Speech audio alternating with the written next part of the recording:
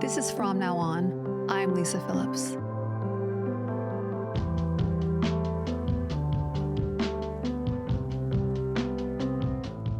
Just a heads up, this episode contains discussions of intimate partner violence and coercive control, emotional, financial, and psychological abuse.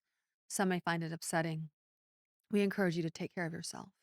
The conversation that's dominating headlines right now isn't just about celebrity scandal. It's about the very real, insidious patterns of coercive control that play out in relationships across every level of society. From quiet, almost invisible manipulations, cutting you off from friends, controlling you financially, to the explosive, violent outbursts captured on video. Coercive control is finally being named for what it is: a systemic strategy by abusers to dominate another person's life, choices, and very sense of self. Nowhere is this more evident than in the federal sex trafficking trial of Sean Diddy Combs. His ex-girlfriend, Cassie Ventura, has recounted years of emotional manipulation, threats, blackmail, and even financial coercion, with Combs demanding her family take out loans to recoup money he'd spent on her career, before returning it days later to reinforce her dependence on him. Cassie's story lays bare a dynamic all too common in abusive relationships. The abuser uses power, whether it's money, status, or influence, to trap their target in a cycle of fear and obligation. This isn't just about one famous mogul and one pop star. This is the pattern behind countless relationships where one person wields control so completely that the other's very will to leave is strangled. It doesn't matter if the victim lashes out, pushes back, or even appears to consent at times. Every act, every reaction stems from the original abuse. There can only ever be one abuser and one victim in these dynamics. Any mutual violence defense simply obscures the truth that coercion isn't consent. And here's the turning point. For decades, predators like Combs have operated with impunity, hiding their patterns behind the fame, wealth, or the veneer of consensual alternative lifestyles. But today, victims are speaking out everywhere. The trial unfolding in New York has become a catalyst for survivors to share their own stories, and for the public to demand that coercive control be recognized, understood, and prosecuted for the crime it is. No longer can abusers expect to go unscathed for 30 years. No longer can our courts and our culture turn a blind eye. In this episode of From Now On, my guest reveals how coercive control operates in the boxing world and how it mirrors the same manipulative tactics we see in the music industry. She'll share her own story to show why control is so hard to break free from, and why abuse can lurk even in the most glamorous and the most ordinary relationships. It's time to expose these tactics, celebrate the bravery of survivors who refuse to stay silent, and demand real accountability. Everyone deserves the power to choose, the courage to speak out, and the freedom to live without fear. Today's guest is an actress and an influencer boxer, as well as a survivor of intimate partner violence. Nikki Hru is shedding a light to coercive control within the boxing community. She shares how her boss and coach coerced her into a relationship and ultimately left her fearing for her life. Nikki Hru is hoping that sharing at least part of her story will help other victims feel seen and empowered in their survival. She is committed to authentically living and creating good from even the worst of times. I'm so grateful today to welcome Nikki Hru to From Now On. Welcome, Nikki. Thank you for having me. I'm so excited to have you here. Let's go back. Yes. What were you like when you were little? What did you dream of? Oh my goodness. I was definitely a weird kid. Mhm. I definitely walked to the beat of my own drum, as the adults in my life liked to nicely put it. Mhm. But dream wise, I think I came into the world ready to perform. That was very much entertainment industry from day one, singing and acting Mhm. aggressively. Wow, you were the little ham. Exactly. Yeah. Mhm. I mean, I was definitely an interesting kid. I think I started developing my own opinions when I was probably like 4, Mhm. and I told everyone, Mhm. and they did not always agree with the people around me. And I was like, oh, that's so cool. Wrong. Uh-huh. um, So you're a became little sassy. I was very sassy. I was very sassy, and I was just a consumer of data, I guess. Not to sound super nerdy about it, but any books, any things, any lessons I could have, I just consumed, and I loved it so much.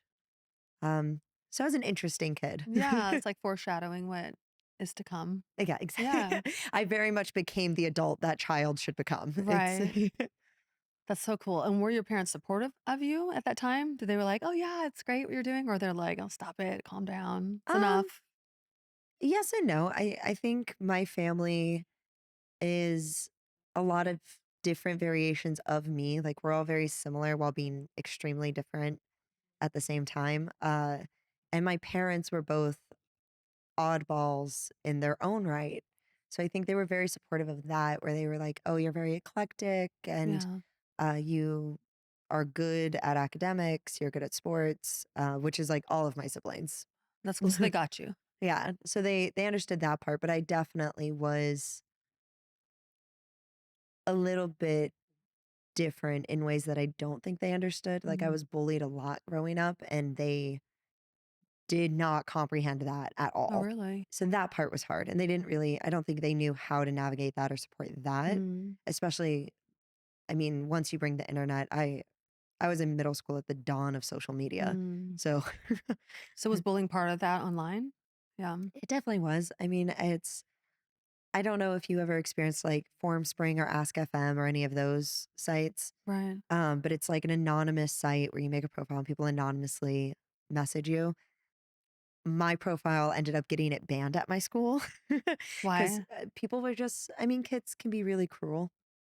And not only did I not fit in, I refused to try, right? And it's not like I actively was trying to be antagonistic to Right. everyone, but I was Mm, very quick to be like, oh, it doesn't matter how much I try. I don't understand these right. social Mhm. dynamics.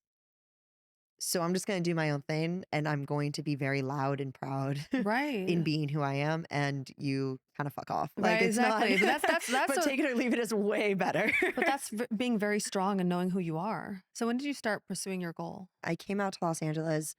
I went to college for behavioral neuroscience actually because I was like, stable career. I'm Yeah, going to go to med school, which like my brother's currently in med school. One of my sisters is a right. Well, you're doctor. doing the right thing, but it's not Yeah. in your heart what you really wanted. Yeah, and I Yeah. loved it. I mean, I became a TA for my first behavioral neuroscience class. Like I loved the academics of it, and Mhm. I love science, but my passion wasn't in it. And I was in Los Angeles, and I started modeling, and I started like, acting. I was like, if it happens, I'll Mhm. pursue it, but I'll have my safety net. Right, okay.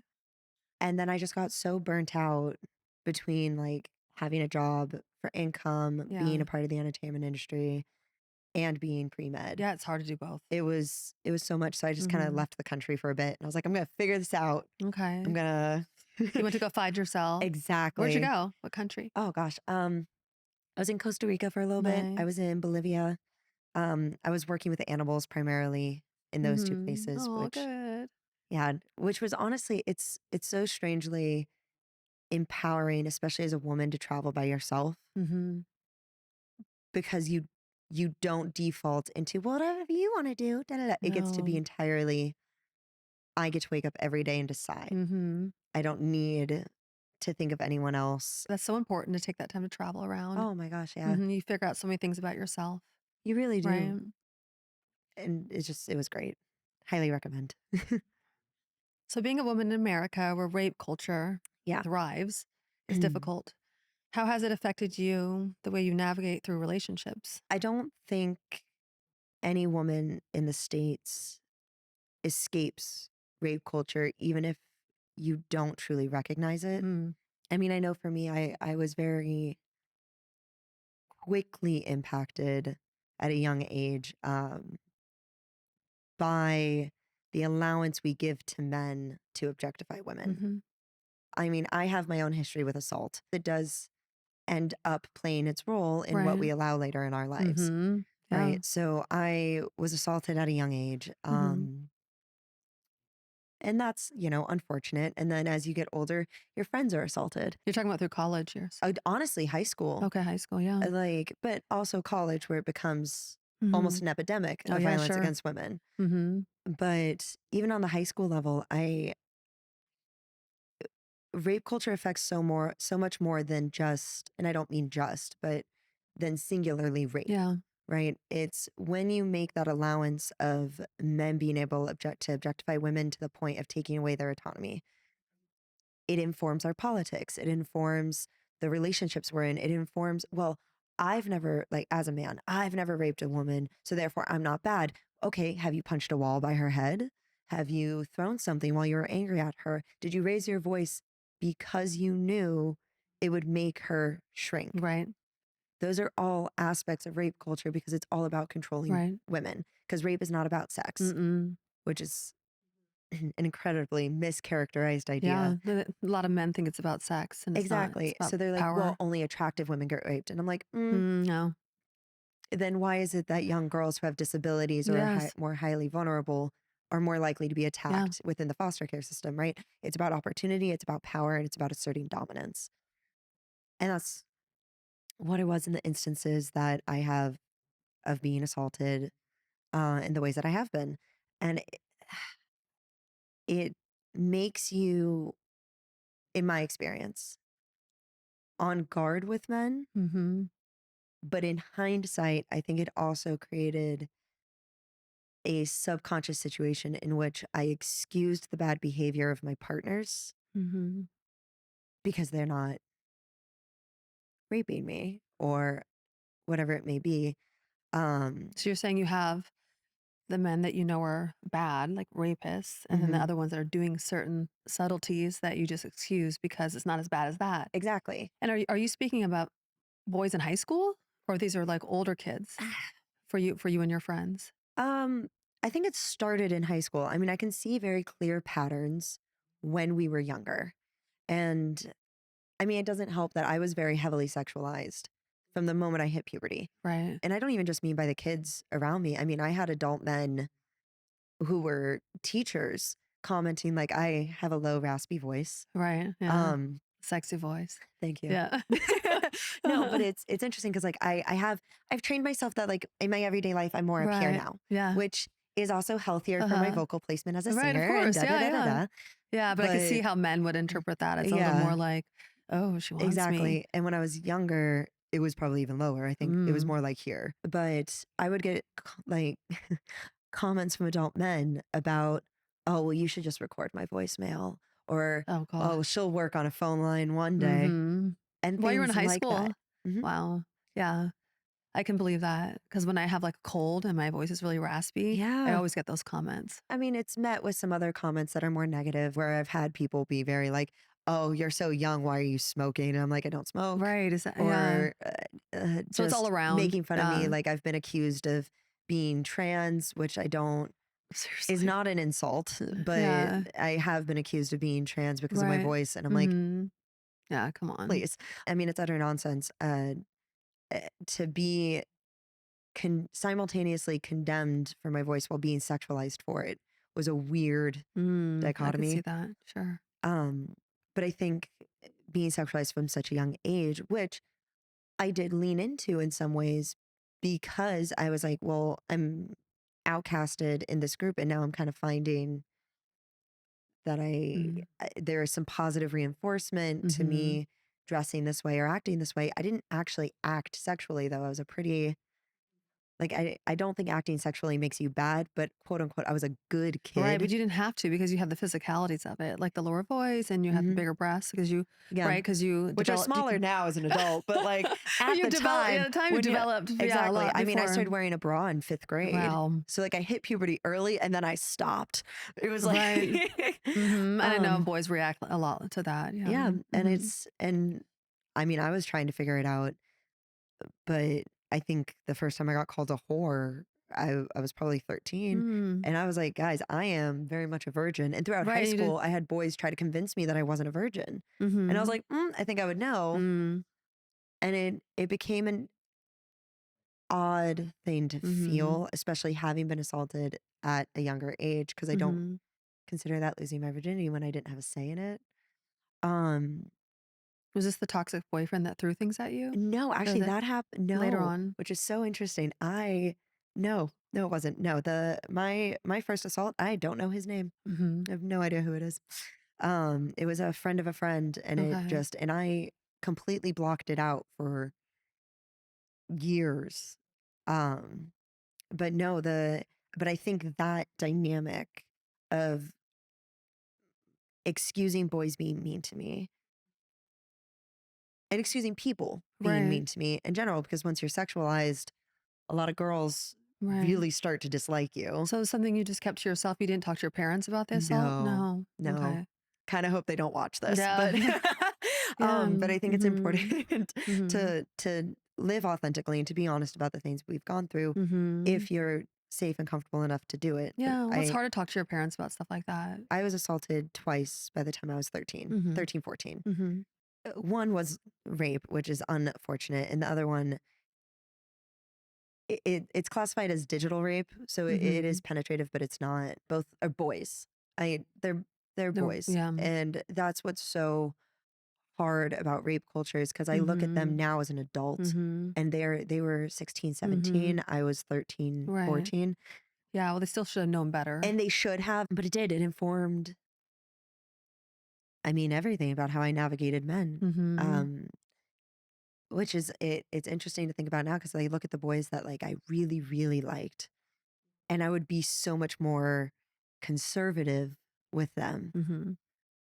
And then there would be ones that I was like, yeah, whatever about, and Right. then I was more willing or Right. whatever else, though I wasn't having sex throughout high school. Um, and then college, you start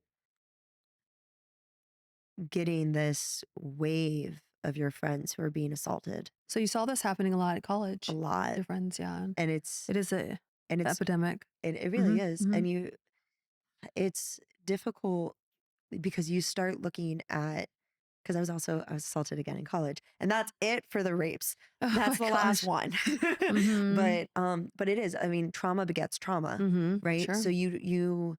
when you try to put up boundaries and they're constantly torn down, you stop trying to put them up, and so then you don't know how to navigate coercion. You don't know how to navigate people pushing past the boundaries you Right. try to put because you don't know how to stand up for yourself Right. when you're abused in those ways. So you said, Yes. like, enough with the rapes. So that's Yes. actually something you're saying to yourself. So that Mhm. must mean that you are knowing your boundaries and also knowing the red flags. So can Yeah. you talk about some of those red flags that you can definitely see were happening, Yeah. especially like in college? Um, I mean, there's some stuff that you can't really, I don't want to say you can't avoid, but especially like I had a lot of my friends get drugged. Oh, real? So it's roofied. Yeah. Yeah, I was never that you can't drugged. avoid because you Yeah. just don't know yet. I mean, my biggest advice for that, I think one of the things for me on how I've been lucky enough to avoid it, because I do know so many women who have been Right. drugged. My dad was a rock star in the 60s. Mm-hmm. So I grew up and he's never done drugs. I constantly had it reaffirmed, do not leave your drink alone. Do not leave it Mm-hmm. alone. The moment Mm-hmm. you set your drink down, it's Mm-hmm. not Yeah. yours. If you don't see it poured, it's not yours. Mm-hmm. Someone grabs it, not yours. Right. Like it, I have that so ingrained in me. Mm-hmm. And I think that's probably part of how I've avoided Yeah, it. no, sure. It makes perfect sense. Um, But your friends weren't thinking that no, way. of course not, Yeah, because if you because they don't, don't even know. You're just, yeah, and there's um, this beautiful naivety and mm-hmm. innocence that gets stripped from you when Yeah. you realize how willing people are to hurt you. Mm-hmm. And you hear these stories about women being hurt. And it doesn't, I don't think, truly Mm-hmm. sink in until you are hurt. Mm-hmm. And I mean, I wish I had been able to hold on to that innocence a little bit longer. Um, but it wasn't like truly stripped from me until my restraining order. Yeah, let's get to that. Yeah. So you're a boxer. I am. Yes. Explain a little bit more about the industry and what you do. So I work with Misfits Boxing, which is owned by KSI. So much fun. It's like it's influencer boxing, right? And I So love it what is so influencer much. boxing? So it doesn't follow the traditional path. It is technically considered pro. Okay. Um, but it doesn't, because it goes by pro rules. We don't wear headgear usually. Mhm. Um, I fight in 10-ounce gloves. It's so much fun. It But it looks like doesn't, fun. I was watching your it, videos. Yeah.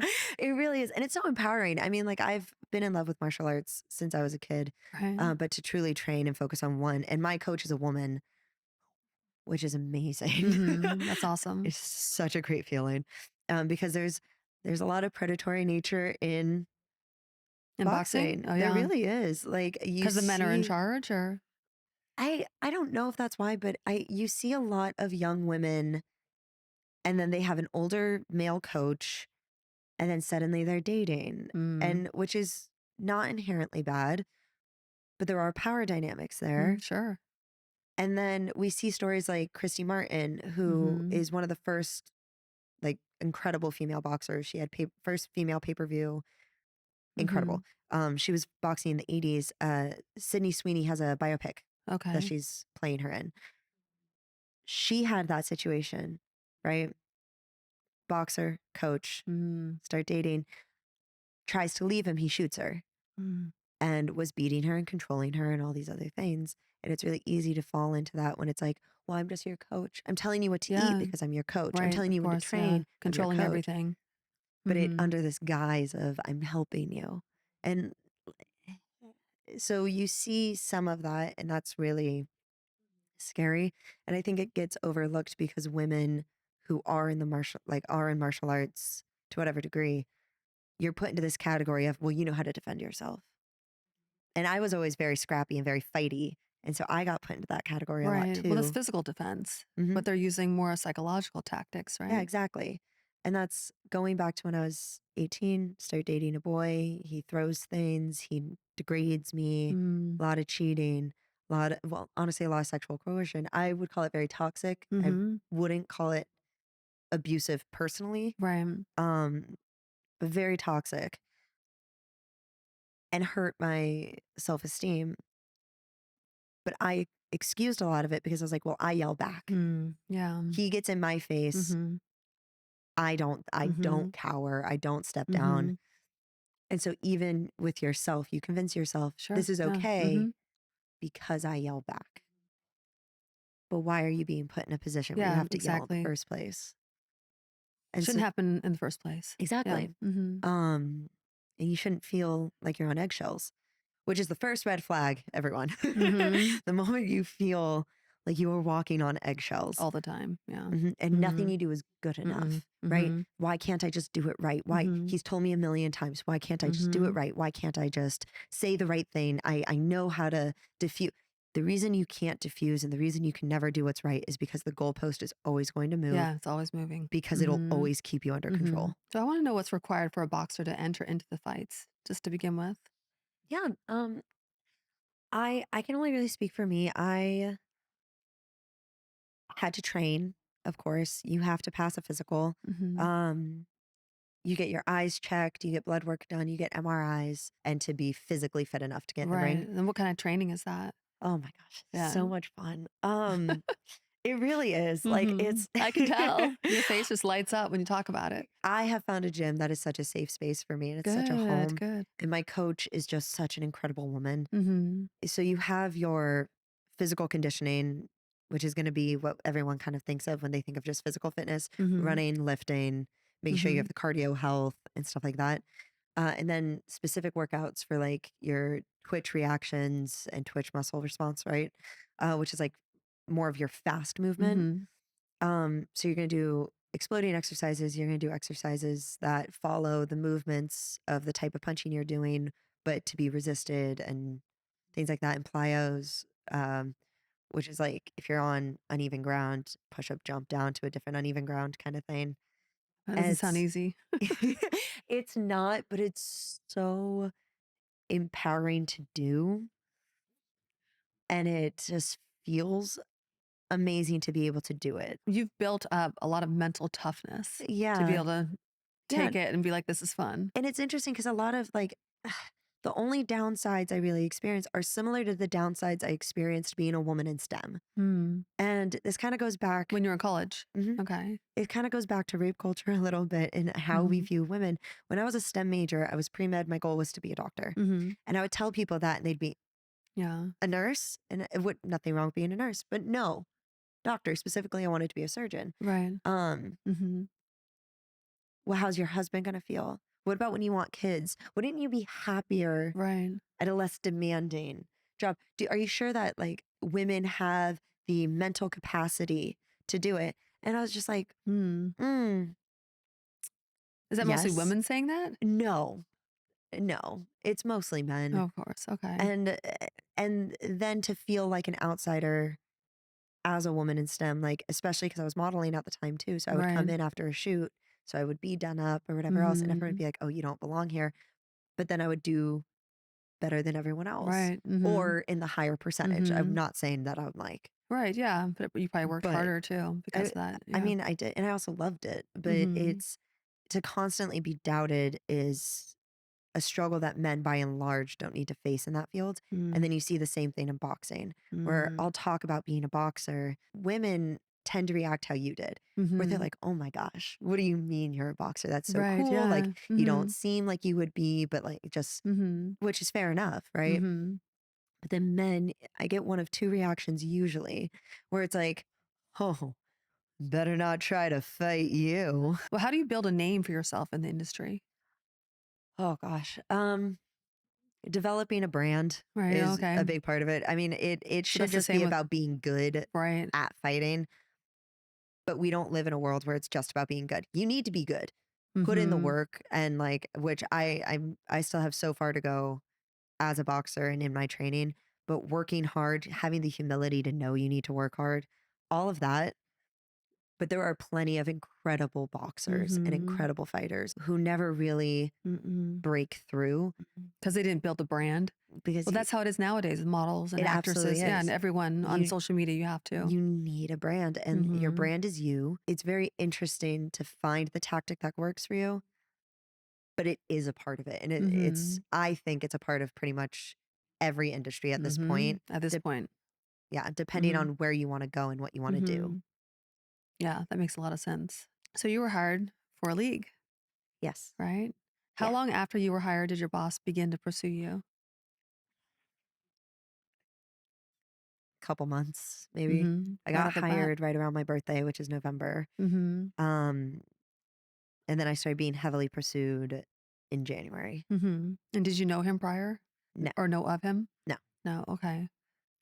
So how did that start out? The way it really started is I didn't have a car at the time, and Mhm. the league was setting up where I was gonna train because this was gonna be my Mhm. first boxing match. I wasn't like a boxer yet. I was just an Mhm. influencer.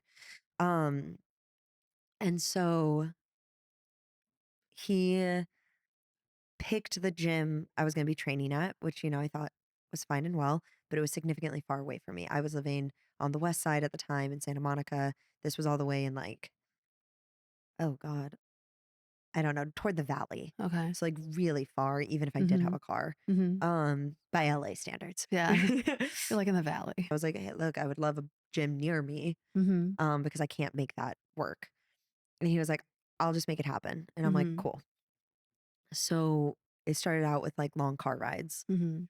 We would drop off the other girl, then he would keep driving, and like I'm chatty, Mhm. Sure. Yeah. so we would talk, and then it started being a lot of how I'm not like other girls, and I was Mhm. like, "Yeah, okay, buddy." Oh, yeah. Um, That line. yeah, because I genuinely wasn't charmed into this situation. Mhm. I was worn down into it. Mhm.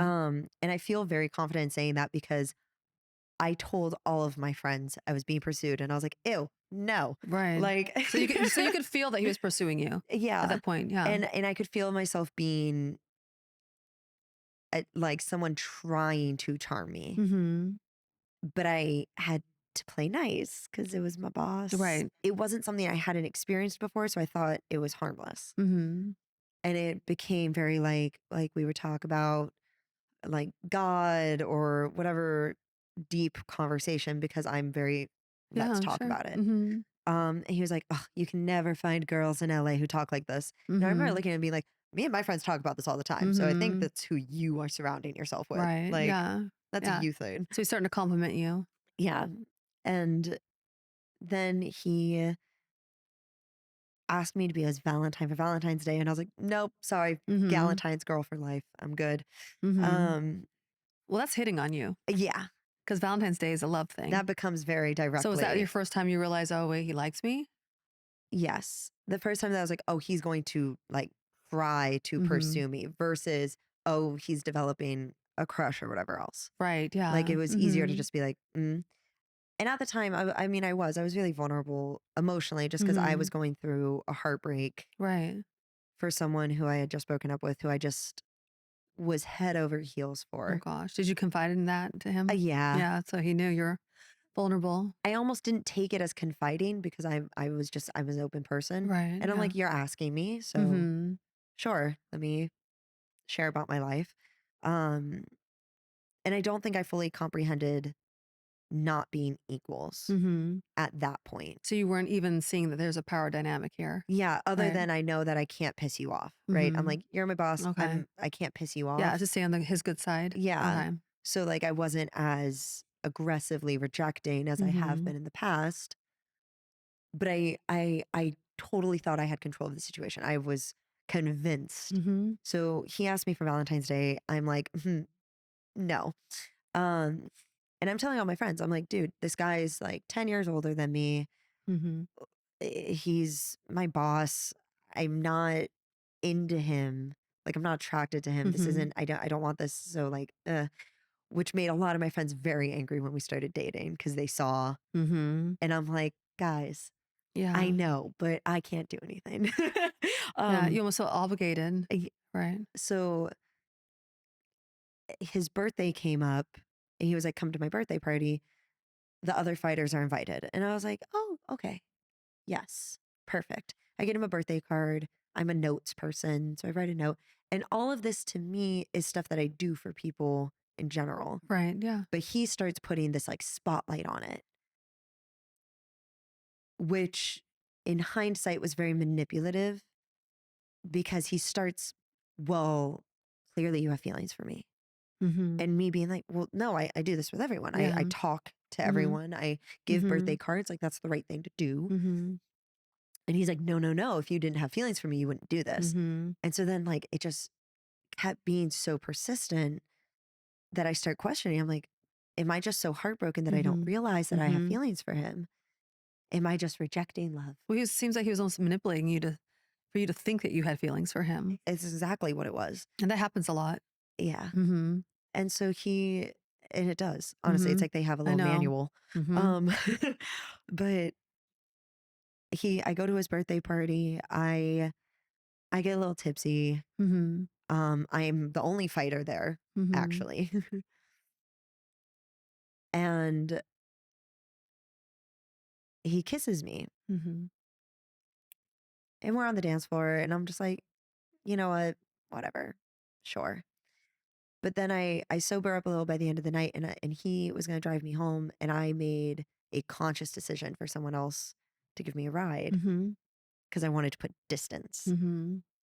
And he calls me and he's angry and he starts telling me like he can't be interested in girls like me. And I'm like, that's totally fine.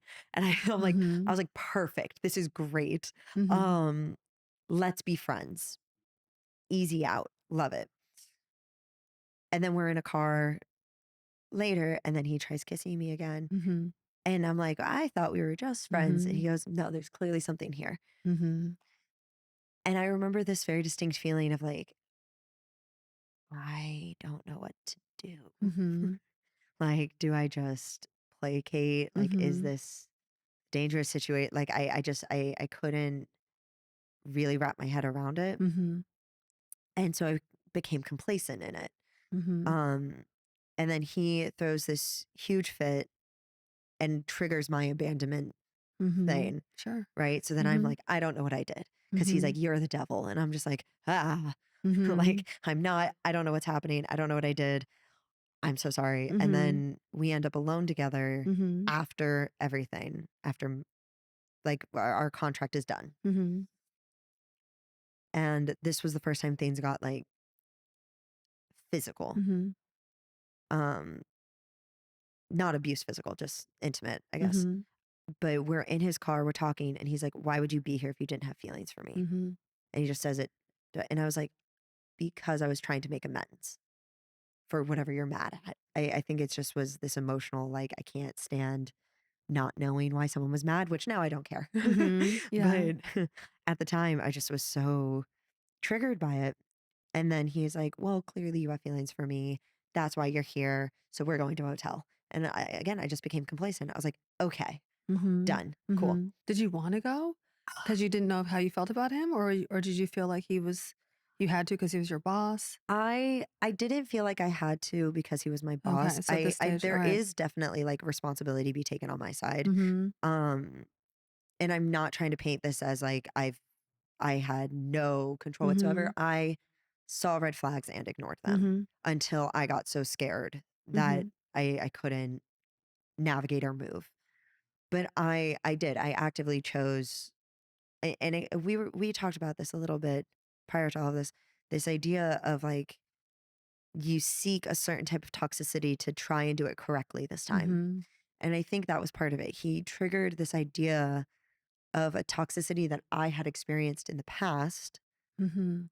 And so I was like, oh, I can do it right this time, like in Right. hindsight. So I was like, I Mhm. can do it right this time. I can navigate this in a way that I can Mhm. prove I'm not bad. I won't make him yell at me. I Mhm. won't That you're in make him, control.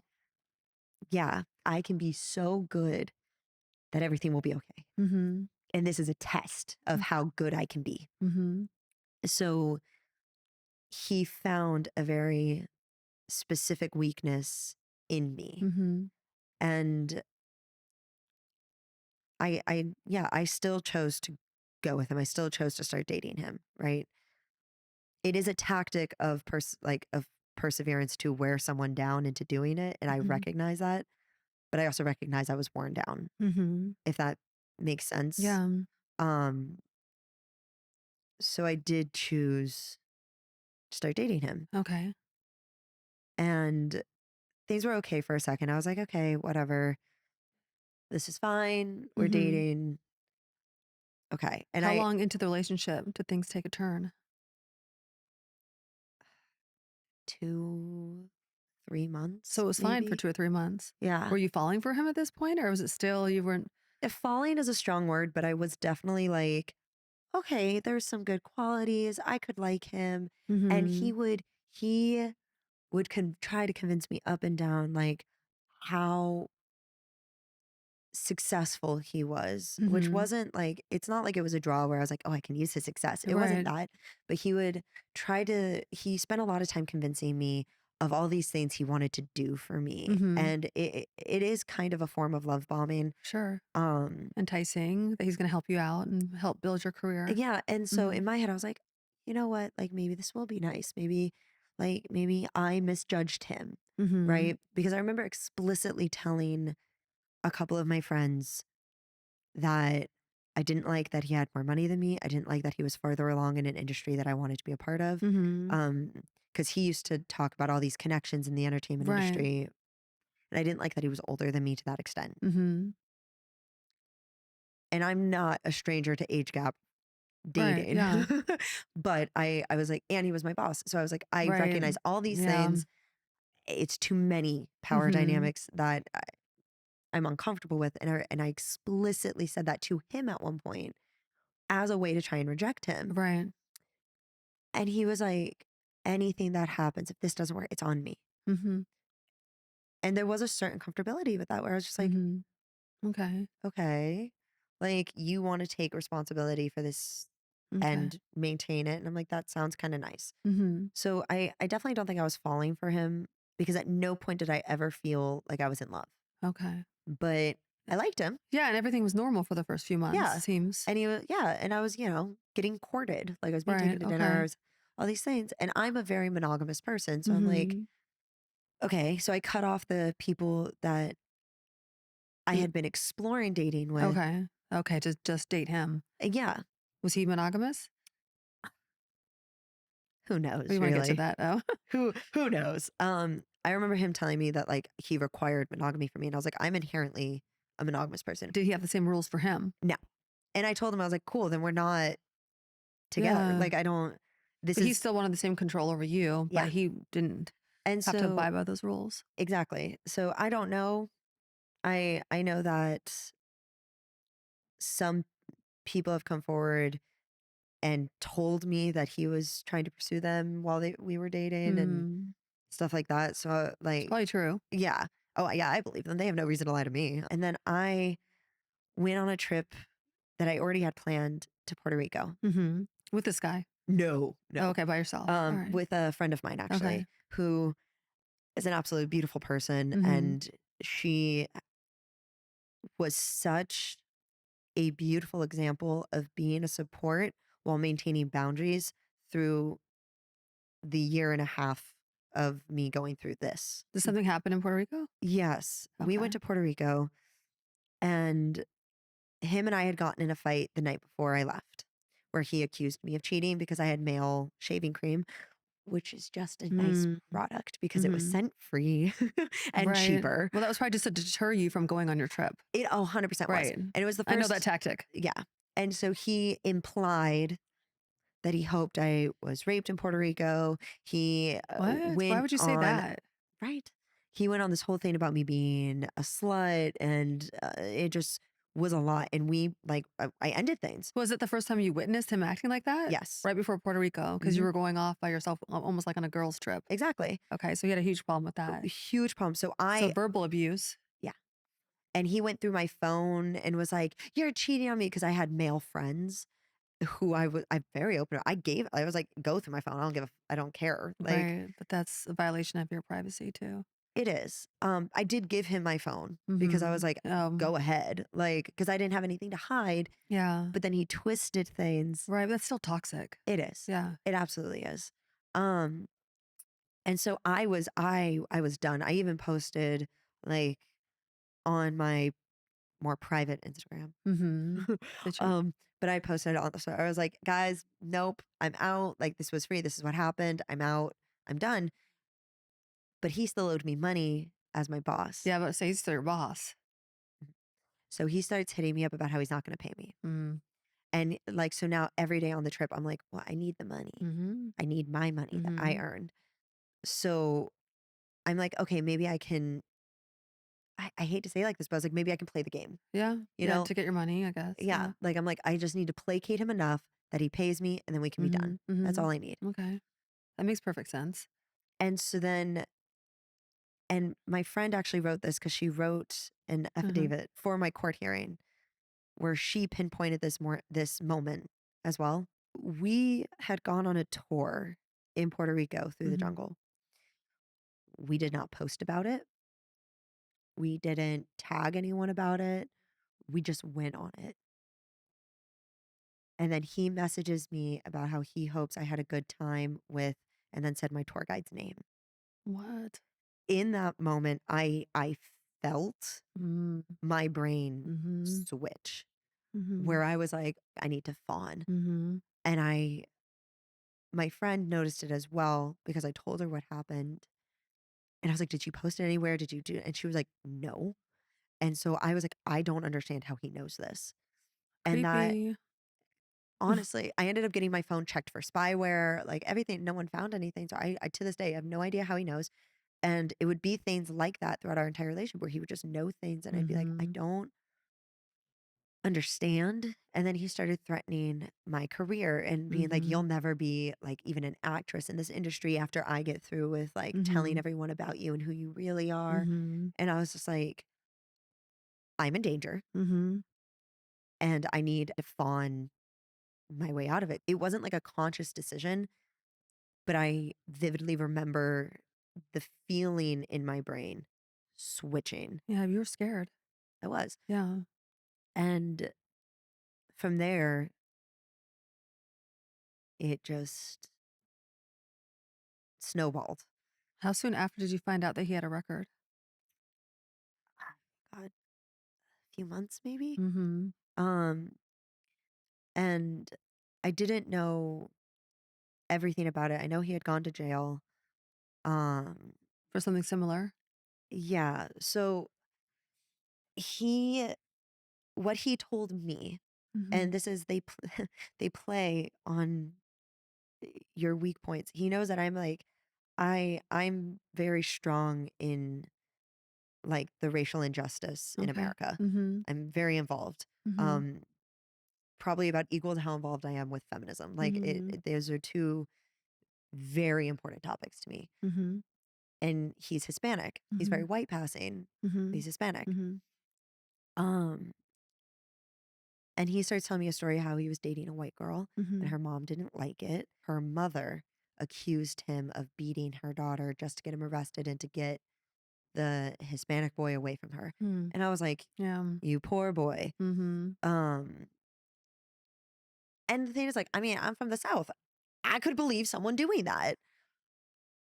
That didn't happen in this situation. Mm-mm. I really like all the I mean, if he patterns was suggest. if he was a great guy, yeah, you could Yeah, believe that, but you're already seeing the same things happening. someone else had filed a restraining order against him. And I didn't find that out until later. Mhm. Um, because I had somebody pull his full record. Mhm. Because the first time one of my friends was concerned and just pulled up what they could, Mhm. and we saw that he had gone to jail for domestic violence. Wow. And but then he got released, which also affirmed in my head. I was like, "Oh, okay. You also got out Mhm. after 3 months. Like they must have proved you innocent, like Mhm. whatever." You're trying to rationalize it in your head? Yeah, I remember when my friend confronted me about this, I was like, "Okay, I'm going to confront him about it." Mhm. And I did, and we were in his car, and I remember this very distinct feeling of I can't push anymore. Mhm. Like he told me what happened with this girl, Mhm. his alleged version of it, right? And I remember sitting there being like, I Mm-mm. can't ask anymore. He Like doesn't it want you to know everything. no. And Yeah. I'm like, it just felt dangerous. So much of your relationship is in this car. So much of the relationship is in the car. Well, Oh my God. is it 'cause he doesn't have a house that you go to? No, he lives with his mom. Which like if you need whatever I'm not judging Did he being ever tell you he lived with his 35. mom? What he originally told me was he was living with his mom to help her. No, no, Okay, okay, no. She fine. was fine. She did not need his help. So he was almost always at my apartment. Mm. So he wasn't as successful as he was trying to portray he was to A you, hundred or had percent. enough power to No. hold Oh over my gosh, you. yeah. And it not in hindsight, nothing. The things he tried to say he could put against me is that his family that he had family members in gangs because he's born and bred Los Angeles County. Okay. Um, so that he has family in gangs and that he could send them after me and my friends and stuff like that. That he could destroy my career. That he could physically hurt me. So why is he saying all these things to you? So that you stay in the So that relationship with him? 100%. I Okay. tried to break up with him Mm. starting around the 6-month mark where I was just like, bro, I can't, Mhm. like, I can't do this. I told him, I was like, I am done with this. And he goes, well, I'm not. So, and I was like, well, what do you mean? He goes, we have to agree to break up. And I'm like, no, we Yeah. don't. We actually have to Mhm. agree to stay together. And he goes, Mhm. I'm not letting you break up with Mhm. me. And I was just like, feels like a threat. So I guess I'm still staying in this. Yeah, because your career is like Yeah, he's absolutely. managing And you and I mean, I started working for his company. I wasn't getting paid. financial abuse. Yeah. And I got to the point where I had to start working at a restaurant again, which no judgment, to working at restaurants, but it was something that I had moved Mhm. into a different phase from my Mhm. life. Mhm. And I had to go back, but I wasn't allowed to work I wasn't allowed to work nights, period. I wasn't allowed to work certain days because those are the days that I was just going to be flirting with men. So I wasn't allowed to work weekends, which anyone who works in hospitality knows that's when you make money. Oh, he's super controlling. Yeah, so he kept me at the point where I could just pay my rent and I could buy one round of groceries. But then he was always at my apartment. So I would buy groceries, he would eat all of them, and then I would get screamed at for not having food. And I was like, I don't know what you want from me. Mm. Like, and I remember Mhm. screenshotting the definition of financial abuse and sending it to him. Mhm. Like, Narcissistic abuse, coercion, Yeah, all of it. The verbal abuse, psychological abuse. yeah. Tell me about the sleep deprivation. I didn't realize that sleep deprivation was a tactic until I read Hmm. Why Does He Do That Mm. by Lundy Bancroft. Mm. What does it Um, say? Amazing book. I think it should be required reading for all women. Mm-hmm. Because it gives you so much tools and it kind of takes the mask off a lot of what they do. Oh, yeah. Um, What was but the book's name again? Why Does He Do That? Mm. Inside the Minds of Angry and Controlling Men. Okay. It's on my list. Yes. So, what's sleep deprivation? Sleep deprivation. So if you don't sleep or if you have inadequate sleep, everything in your brain is impacted. Especially your prefrontal cortex Mm-hmm. is going to be the first thing that starts going down, which is the decision making part of your brain. Mm-hmm. And it's where we make reason, Mm-hmm. right? And what he would do is if I started falling asleep during a movie, he would wake me up and start a fight about how I'm not allowed to sleep and why don't I care about him. And if I did fall asleep, the next day was a fight about how I don't care about spending time with him. I how is Sheesh. he the bad guy for wanting quality time? Mind you, all of my fucking time was spent with him because I Right. wasn't Yeah. allowed to do anything else. Mm-hmm. Um, So, you weren't allowed to sleep during a movie? no.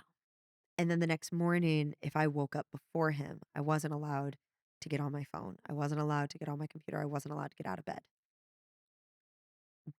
because it would be this huge blow up. Mm-hmm. And I think a lot of people hear that and they're like, well, you could have just done it anyway. And I'm like, Mm. yes. But once you get to that point where you're actually on eggshells and you're scared of other Mm-hmm. people's reactions, And he's your boss. and he's my boss. Yeah. And like, and I, at that point, didn't see any other path in my career Mm-hmm. because he shut all of them down. Mm-hmm. If someone wanted to represent me as an agent or a manager, he was like, "Why do you need a man? Da, da, da, da. I'm going to do that." And I'd be like, "I don't want you to." Mm-hmm. Like, mm.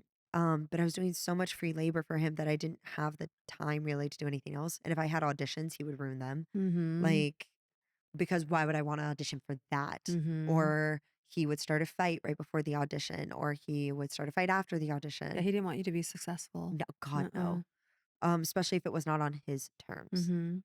The sleep deprivation, I had to be up when he was up, and I couldn't be awake when he was not.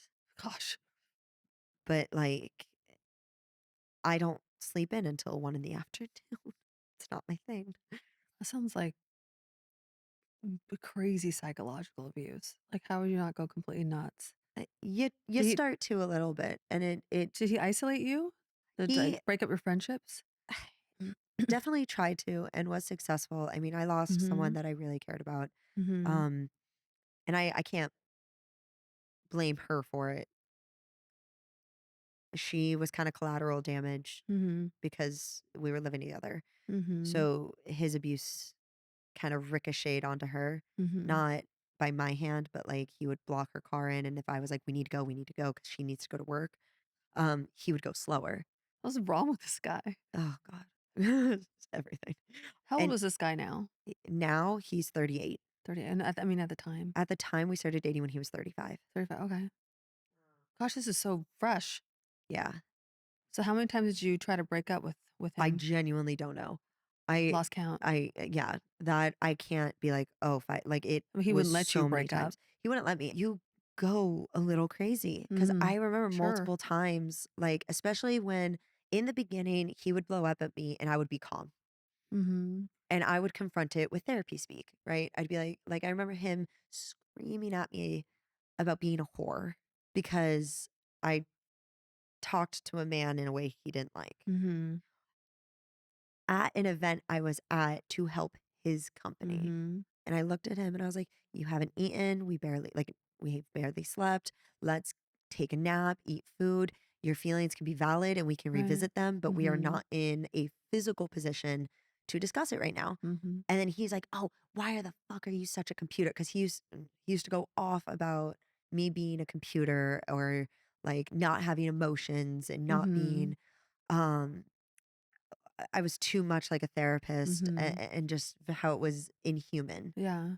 Whereas I'm like, I'm just trying to Right. communicate Mhm. healthily Mhm. in a very unhealthy situation. Mhm. So he would just degrade me about it. So I remember like something again, it's that same feeling of something switching, but I felt something kind of break where he's Mhm. screaming at me in his car and I just broke and I went, fine, if we're gonna fucking yell, then we're gonna yell. And Yeah. if you're gonna keep abusing me, Yeah. I'll get out of your car on the fucking highway. Yeah. Like I don't care. Well, this is kinda what he wants, It's right? exactly Yeah. what he wants Mhm. because once you do that, Mhm. they have Yeah. something to go, Yeah, well, see, look you're how bad yeah, you are. exactly, they're waiting for that. Yeah, so I remember like that day specifically was one of the first times I went. He left me at the hotel like kind of stranded. I mean, public transportation exists, but Mhm. and I remember just like I was frozen for probably an hour to 2 hours just sitting there doing nothing where I was just like I can't move. It was like almost catatonic. Um and I was like that's not good. This is bad. Yeah. But I would try to break up with him. And I would say things like later in the relationship, I remember yelling at him, "I don't love you." And I would never say I did. I was Mhm. like, "I don't love you. You clearly don't love me," which he never said he did either. What happened? How did he react when you said, "I don't love you"? He was like, "What do you mean?" Like he acted so hurt by it. I was like, I've never said it. I've never acted as if I've never pretended I am." And I told him, he was like, "Well, I didn't know that." And I'm like, "Well, do you love me?" And he goes, "Well, I might." And I'm like, "You don't because you wouldn't treat me this way." And I Mhm. remember telling him that. I'm like, Mhm. "I am literally only here because you will Mhm. not let me leave. This is toward Mhm. the end." Mhm. And I was like, I'm only here because you will not let me leave. And I am begging you to let me leave. He looked at me. He was like, "Well, where do you see us in 2 years if we're still together?"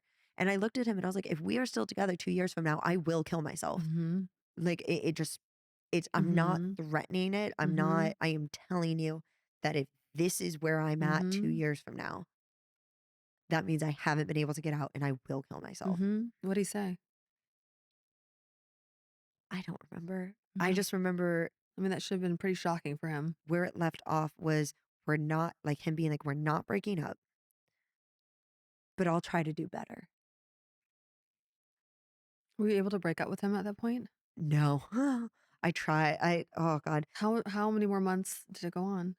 that was toward the end. I think it was probably another That's like, getting pretty bad. yeah, because like, it was bad. I was getting called a whore every day. Um, Which is probably a trigger for you from, like, yeah, when it it's happened in not high the school. best. Yeah. Yeah. Which I mean, which also feeds into Yeah, I part of why know. you allow it, Yeah, it's right? part of why you stay, yeah. Because there's a Almost part you of me start that's like, I believing just things need to yeah, prove that I'm not because yeah, I know I'm not a yeah, and whore. you try to be the good girl and And yet there's a part of me that's just convinced that there's just this string in me mhm. that makes me a whore and a trash bag Yeah, and a mhm, snake and a mhm. bad person. Well, that's what he wanted you to think. And when you're bullied so heavily growing up, Right. like that feeds the Mhm, seeds into of the it. worthlessness. Yes, I get it. So I was willing to believe. And I Mhm, was like, if I can convince him that I'm not, mhm. Yeah, you were making it all about then I'm him. not. Yeah. But when did you make it all about you? When did you start thinking, like, "I have to get out of this," and find your strength to eventually leave? What's interesting is I don't think I ever really made it about me until I was going through the restraining order process But when did that happen? After you broke up? after. Okay. So what made me finally strong enough to break up was I was holding on to my friendships and my connections as strongly as I could, and I was Mhm, trying to protect them mhm, as much as I could. My friends started getting impacted more and more, and that's what really did it for me, where I was just like, I can't let this happen mhm, to them. Like I went to one of my best friend's bachelorette parties, and he made it horrible for me with what he was texting and saying. It was like there was so much light in me that had been put out because I mhm, watched these girls having fun, and I was like, I don't even know how to mm-mm, do what you're doing. I no. don't know how to let go like that. And I'm getting all these texts where I'm just bombarded. Yeah, your nervous system's a wreck. Yeah. Yeah. And I remember sitting there and being like, I cannot take this man to my friend's wedding. He will ruin her wedding. So I don't think it really ever became about me Mhm. until, That point. yeah, we when I finally did break up with him, my roommate actually did she helped me, and he exploded on her. It was over the phone. Mhm. Exploded on me. And I was like, "No, this is what's happening and I'm done. I'm done." And watching him explode on her, I didn't think he would do that. And it caught me off guard because she kind of stepped in, and this again over the phone. Because he was blaming her? Yeah, Yeah. absolutely blaming her. So you can't possibly make a decision on your own. Exactly. Um, so he was like, "This is all her fault. That she's trash. She's all these things." And I'm like, "I thought you would keep the mask on for someone else. Mm. I like because I really did. I thought he would have kept it on, and that I would just have to." Mm. And when that didn't happen, I got very like, "Okay, this is only gonna get worse and worse. Like I Mhm. can't. I gotta go."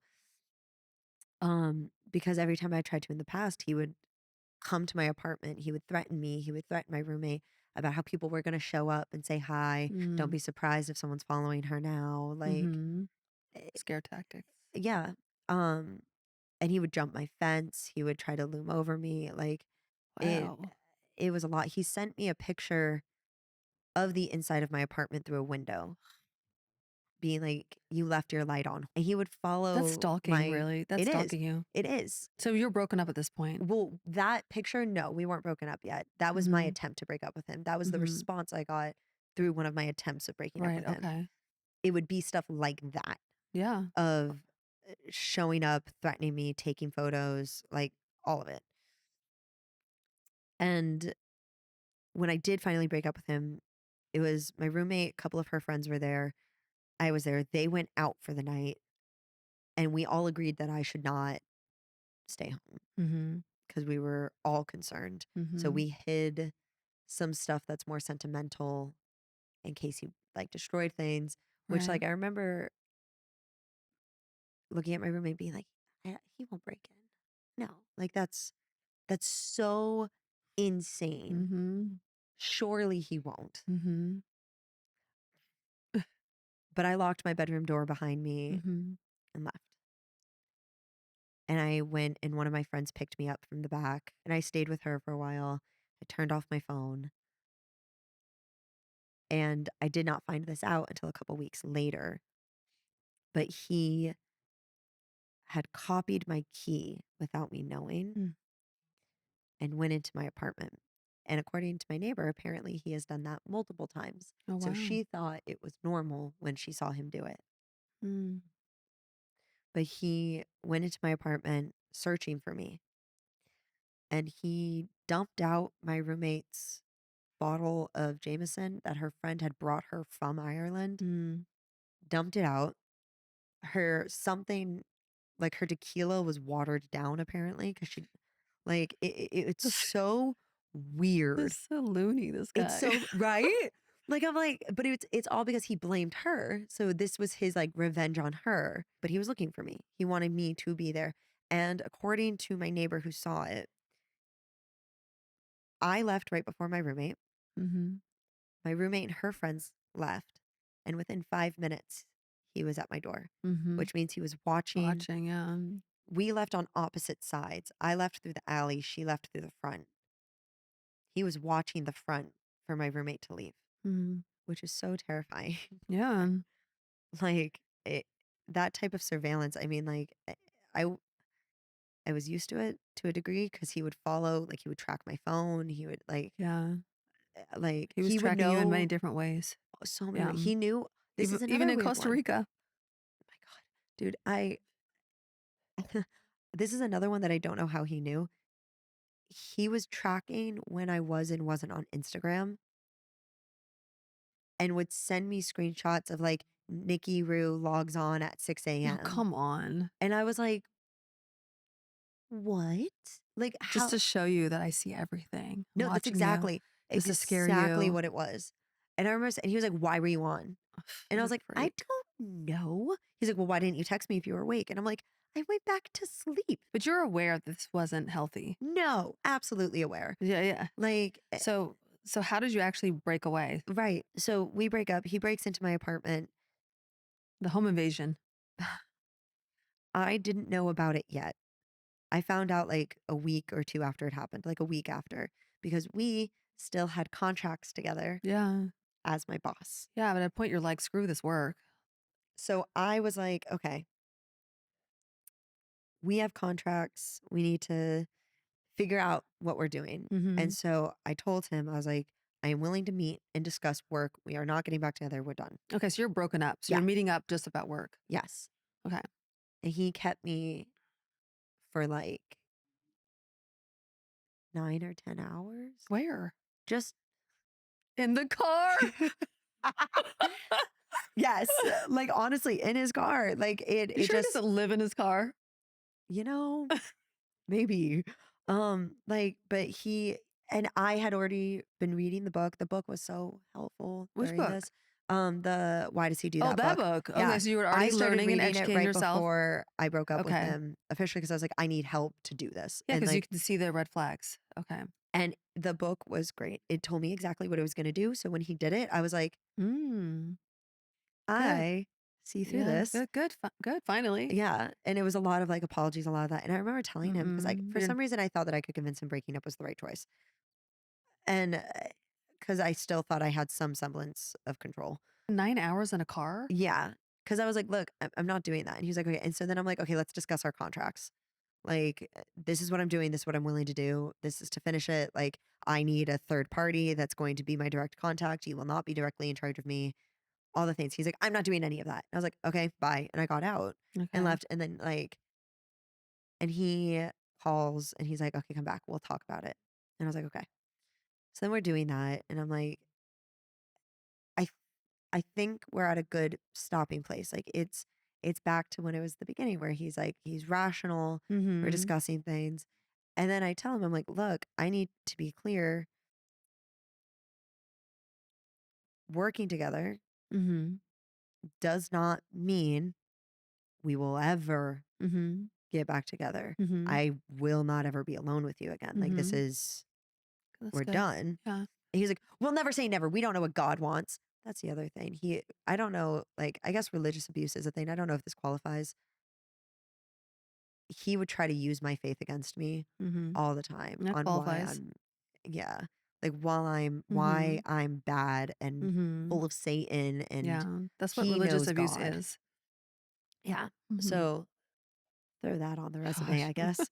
Um, I'm not surprised. no, honestly, but he was one of those people who believed in God because it gave him this amount of sanctimony to believe that he was better than other people. Mhm.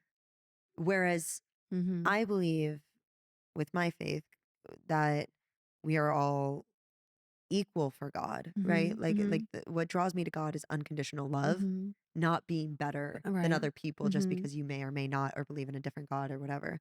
I believe like we're all on the same boat trying to get Mhm. across the ocean.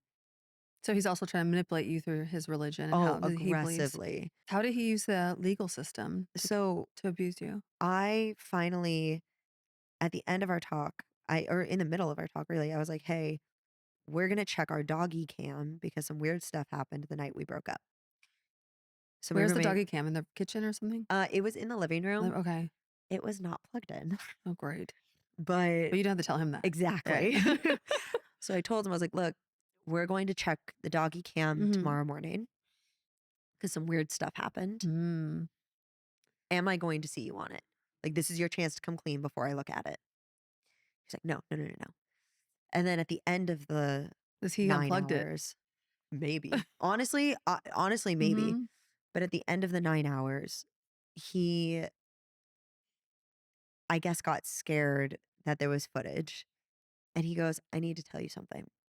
And I'm like, "Okay." At the end of the 9 At the hours, end of the 9 hours, he's breaking. and he's like, "I just need to tell you something." I'm like, "Okay, I'm ready." And he's, "When you look at the footage tomorrow, I was in your apartment." And I think that that's when any delusion I had of being in control completely wiped away because the fear that filled my body is different than anything Mhm. I've ever experienced. 'Cause you hadn't known at that point that he was in your place. Yeah, that's a complete violation. Like, what the heck is he doing there? And not just that, that he had copied my key. he had had the foresight. Did you ask him how'd you get in? He said it was unlocked. So you My didn't know he had copied your key yet? my neighbor saw him use a key. And my roommate at the time was such an anxious person that I'm like, there's no freaking way she didn't lock the door. Yeah. Like, there's just no way. But I remember sitting in the car and again, I like it almost felt catatonic. Like I was frozen and I remember just crying, but like quietly and just being so scared where I was like, I don't actually know what this person is capable of. Like, I just don't. And you couldn't tell your dad what was going on? I ended up telling them Yeah. when I got the restraining order. Yeah. And I was like, "Guys, this is what I'm going forward." And I was like, "I don't," because I also told them, like, I live a very public life. Yeah. So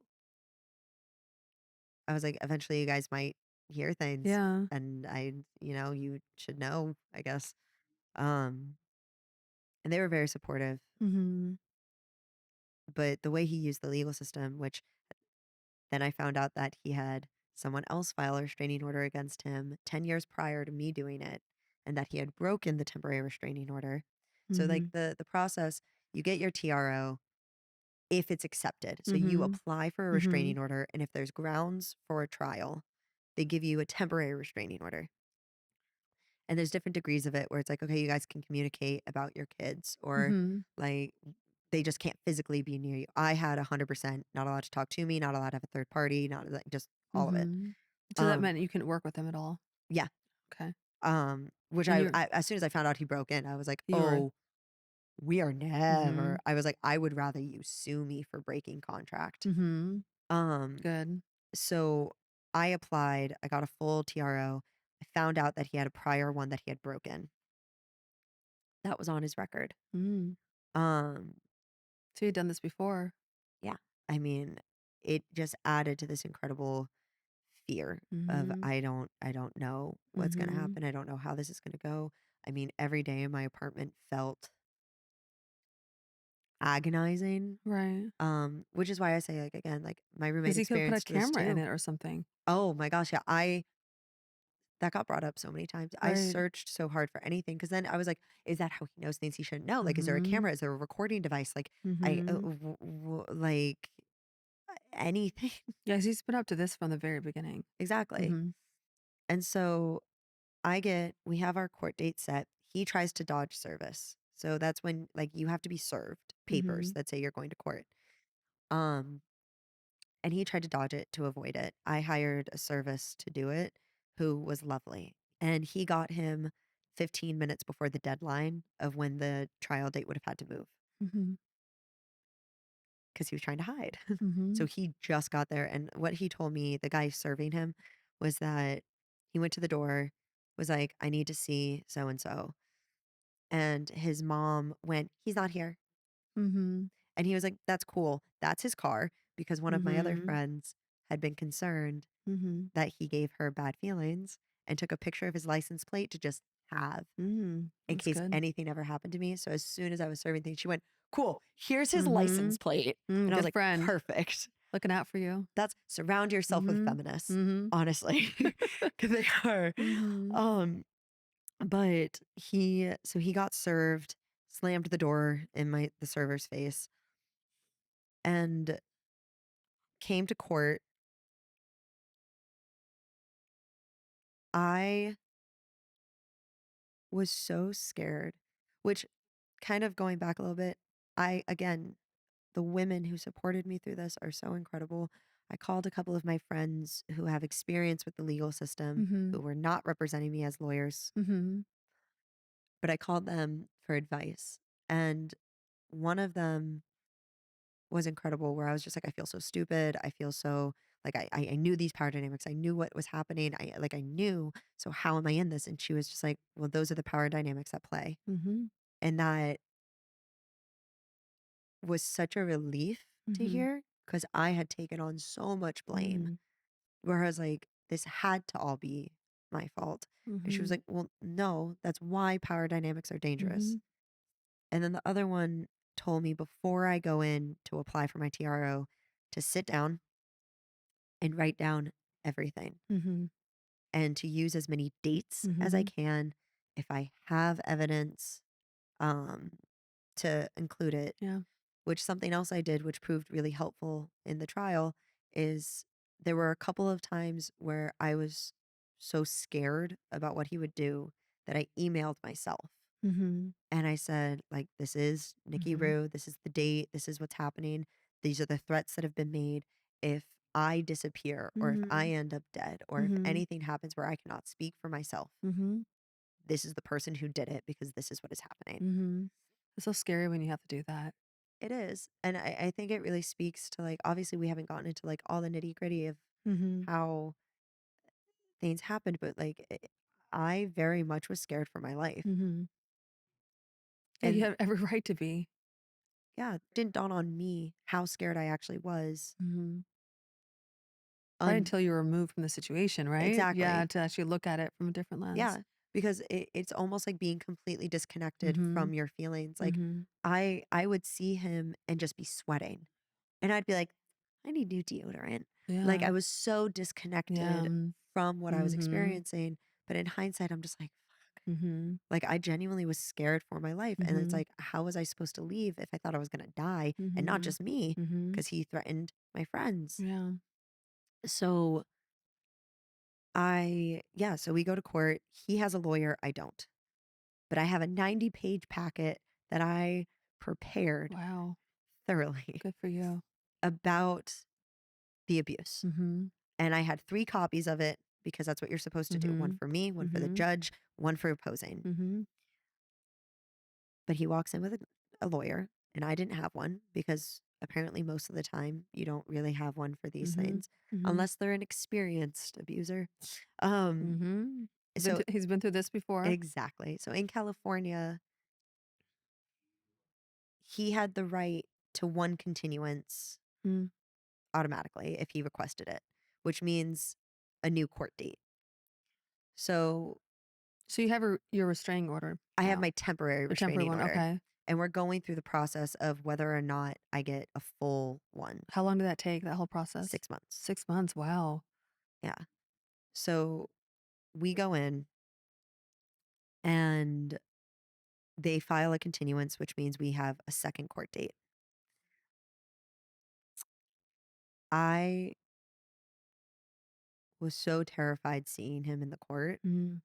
And as soon as they said that there was a continuance, I didn't really know what that meant. Mhm. So I remember just like I was shaking and I was just like, I don't understand. I don't understand. This random woman who I had borrowed a pen from when we were waiting to enter the courtroom gets up and sits next to me after they called out that it was a continuance. And she was a lawyer. She sat down next to me and goes, "Was that your case?" And I'm like, "Yes." And she was so lovely and Mhm. just explains to me how sorry, I'm really emotional. That's okay, yeah. But just she just comforted me where she was like, Mhm. "Look, you didn't do anything wrong. Mhm. Mhm. This you didn't file anything Mhm. wrong because getting him served was a whole headache Mm, sure. because it's your responsibility. Yeah, The court doesn't take care of it. It's I yours to know. do." Mhm. So she's like, "You didn't do anything wrong. They automatically get one.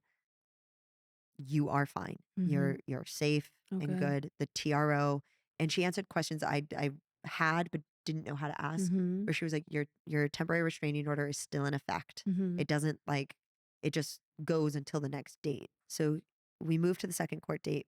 Prior to the second court date, he files a TRO against me, Mhm. Really? which, DARVO is an acronym for a reason. Mm. Deny, attack, reverse, victim, and offender. And it's an acronym because it's really common for abusers to do. They deny they Mhm. did it, they attack the accuser, Mhm. and then they switch who the victim Mhm. is. Mhm. Um, Yeah.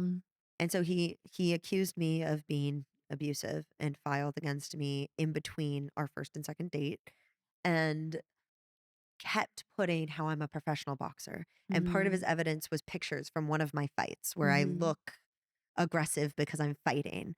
And I'm like, "Sir, I am a 5'2", Mhm. 117-pound Mhm. girl.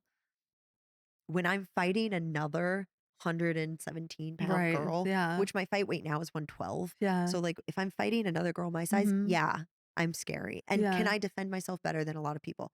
Absolutely. He's also a trained fighter. Mm. And he's also bigger than me and weighs more. Like, I'm like, Mhm. "You have like 30 pounds on me." Mhm. And because he wasn't like a really big guy, No. Um, he actually wears lifts in his shoes because he likes to lie about his height. Just for anyone who happens to know who I'm talking about. Mhm. Um, sorry. Mhm. Mhm. That's super petty, but it's the Yeah. little things, I guess. Mhm. Um, Well, he was just trying to say that you were the tough exactly. one and the So one he was trying to say that I scared him Mhm. and made up these stories that I could disprove. Like he tried to say I had an STI that Mhm. I brought into the Mhm. relationship, and I was Mhm. like, Mhm. I had a yeast infection, Mhm. which is normal because Yeah. I'm an athlete and Yeah. I'm in sweaty Mhm. stuff all the Sure. time. Um, And you're like, "I'm the monogamous one. and You're the I'm one the who said you monogamous were gonna one. be sleeping around." And I was like, and I also went to Planned Parenthood, had Mhm. a full checkup Mhm. where I can show everyone that I've Mhm. never had an STI. Mhm. It's just one of his So you're tactics. just like, yeah, it's just weird things where I'm like, you're lying about things that I can easily disprove Right. or in manipulating situations. Like one of the things he said was that I had attacked him and that he had a witness to scratch marks, Mhm. which is not true, Mhm. just blatantly. Mhm. And the witness was his mom. Mom will do anything. Honestly. Mhm. So, yeah, so we have our second court date, which they don't attend. He has to get a new lawyer because he filed his thing against me. It gave us a third date. So then I go to the second one, Mhm. still not having been served. They say I was served, Mm. which I did end up being served Okay. by someone in his world that I knew who apologized as they handed it to me. They were like, I'm so sorry. Did that affect you getting your restraining order? No. No, okay, good. Um, Good. because it was already on file. And it's like, here's the thing, like, in my opinion, a lot of these people, if you're a judge who's dealing with domestic violence, you're gonna have seen these Oh, tactics. yeah, sure. So I'm like, it doesn't, and he didn't have anything substantial in it. And he kept saying he was scared I was gonna badmouth his business. And I was like, Mhm. I'm saying I'm scared for my life. Mhm. You're scared I'm gonna talk bad about your business and make a scene. Mhm. We're not the same. No. Um, so we go into court the second time. It's just me. I'm there. At that point, I got a lawyer Oh, who good. is an incredible human. The second court date, they go, well, she was served and she knows there's a third court date. Mhm. And I was like, I haven't been, but okay. And then Mhm. I get served and it's like, okay, we go to the third court date. Then we Mhm. get there and it's, oh, this is November. Oh, I get a letter about a postponement. Like they want another continuance. And the first thing I got, the letter I got claimed it was because his lawyer was leaving town for the holidays because it was Thanksgiving. But then the letter my lawyer got, because both of Mhm. us have to be given notice, Mhm.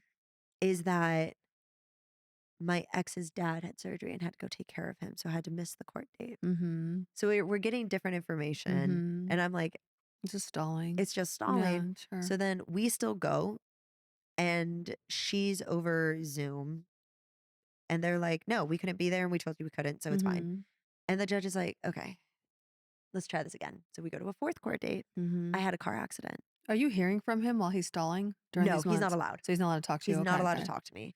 So once Um, you finally receive your restraining order, doesn't he try to silence you? I mean, he can't. That's the thing. Like, if he speaks to me Mhm. or has a third party speak to me on his behalf, Mhm. he gets arrested. Right, okay, okay. So because it's a full restraining order, and that's part of something I feel very lucky about because there's different levels of restraining orders where they can still talk to you, but Right. they can't come near you, or they So he can couldn't talk to you, come near you, could do but didn't he anything. try to get you to sign an NDA? Yes, this is prior to me filing for my restraining order. He tried Mhm. to get me to sign an NDA. His business partners kind of found out what was happening, partially because I talked to them and I was like, look, I'm going to tell you what's happening Mhm. because you guys aren't the ones who did this to me. But then he wanted me to sign an NDA and it was the only way they were going to let me out of the contract. And I went, you can sue me Mhm. because I was so, Good. I refused to let them let anyone take away my voice Mhm. like that. Mhm. And I was like, this is important. And I didn't have Yeah. plans.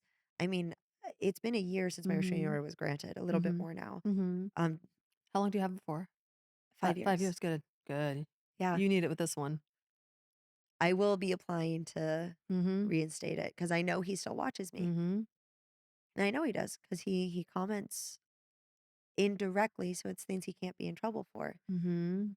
But I know he still watches me and I know he Mhm. still watches what I do.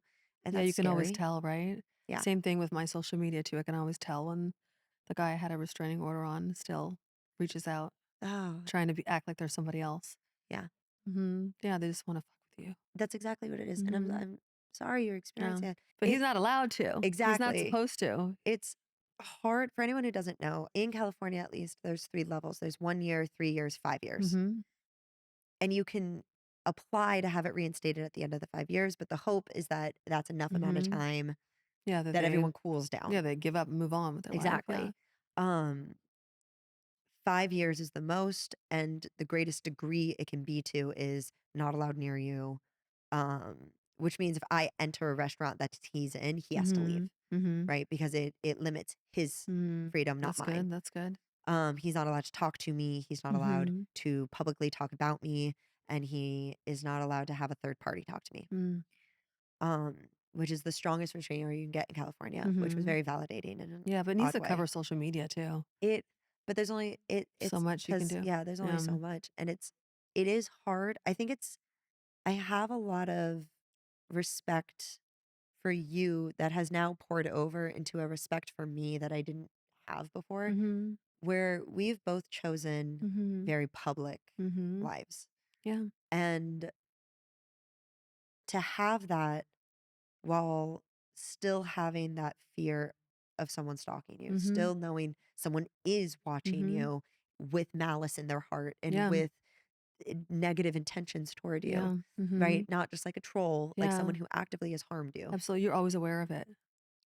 And still to put your dreams and your ambitions Mhm. and to put the message you want to spread above that. Mhm.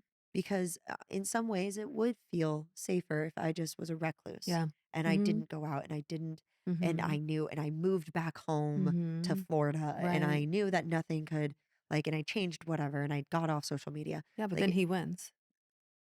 and I do. I think it's very commendable to still choose to go after your Mhm. life and what you want. Mhm.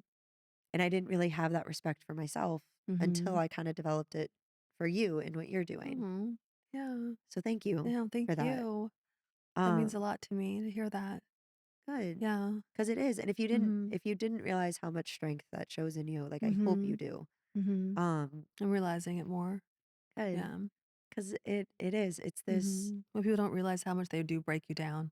oh my God. Yeah, with the And I don't think that they can truly steal who you are, Mhm. but they can put it in a box and Mhm. bury it so deep. Mhm. Yeah. Like, But it's hard to dig yourself out of it. it's so hard, even when you're Mhm. out, Yeah. even when you're not with them anymore. Like, No, especially since they usually take away all your support. yeah, Mhm. I'm so lucky and so grateful. And I hope if anyone has experienced not having the support, there are so many people who love you. Mhm. And if you feel like you haven't talked to them in 2 years, it's still okay to reach out. Yeah. Like, I mean, So true. I do think that if you are feeling so isolated, there are people who are just Mhm. waiting for you to reach out again Yeah. and that to know that you are ready to leave. So we got to our fifth court date, which is Mhm. insane for it to take 5 court No. dates. And so the fifth day was an 8.5 hour court day, Mhm.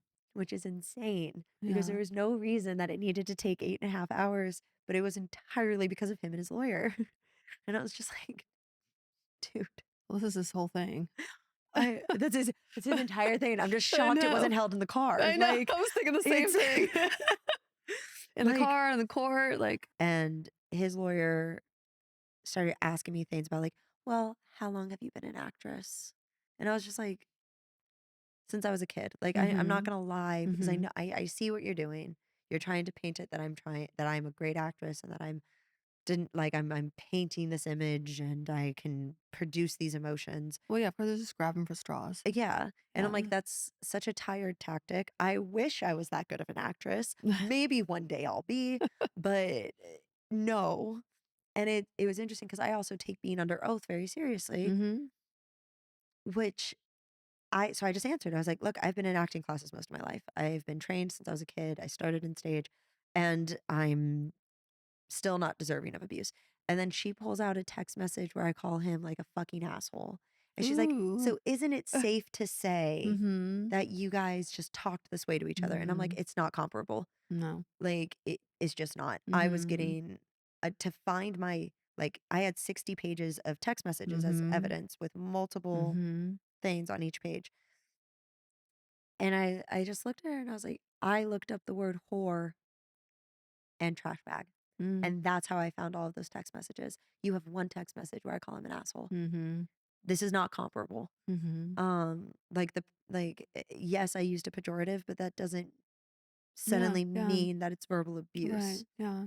Like Mhm. Has to be ongoing, consistent, yeah. exactly. And it's the examples they used just were so Well, they didn't have they anything. didn't have Yeah. anything. And I was so tired. I was so tired. And I did get I got a little attitudey with her a little bit just because, like, When she was trying to push your buttons. she was. Mhm. And like, we went on a small break after, and even my lawyer was like, Nikki, you can't get mad. Like, Mhm. that's because it's going to make you Yeah. fumbly. Mhm. And I was just like, but I am mad. Mhm. Like, I'm so angry. And when I saw him, I, this was paradigm shifting. Watching him go on the stand and put his hand like under oath, under God, blatantly lied. Again, it was one of those feelings of just my paradigm shifted where I was like, people do that. Mhm. Like people are truly okay with just like he got asked, Mhm. did you enter her house while she wasn't there? No.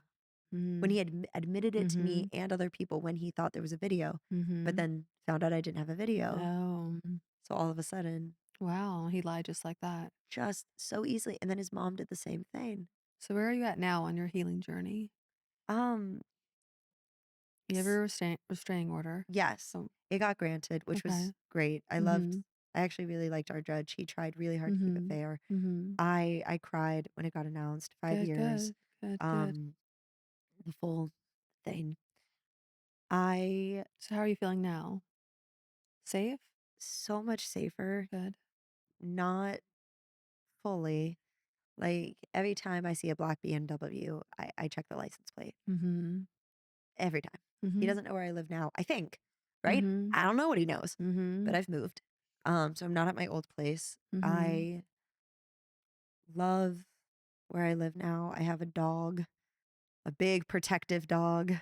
Um, That's always good. I always say you always have to have a big dog yes, and he's like or a the loud dog. the best. He's so loud. Best dog in the world. He's part German Shepherd, so extremely smart, Oh, they're extremely protective. protective, You were and he's part smart. Coonhound, so he's really loud. Ooh, And then yeah. he's part a couple of other things like Pressa, which is Good. a Spanish breed that's a protection dog. Good. And he's like so loving, so caring, so scary when he wants to be, not toward Oh, you me. should have had him before. Oh my God, Nobody would be entering your house. honestly, God, I love my dog. Um, but yeah, I have a lot. I started writing again, like writing Good. poetry, and it's a lot of things Yeah. that just disappeared Yeah. from me. Like I Yeah. You stopped let go of all that creative journaling. outlet. Yeah. Mhm. Honestly, Mhm. I'm acting again. I'm Good. singing.